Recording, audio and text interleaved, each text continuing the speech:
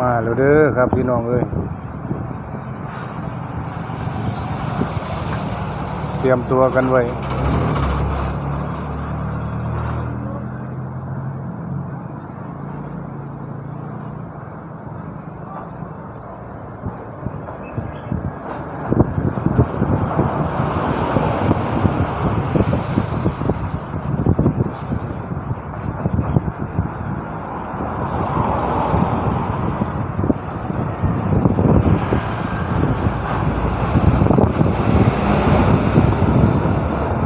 ลมแห้งครับลมเป็นอยู่จังสี่เป็นอาทิตย์แล้วนะครับ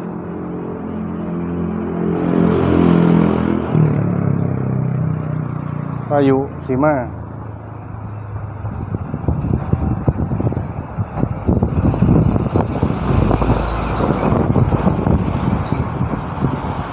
คาดว่าบ่เกิน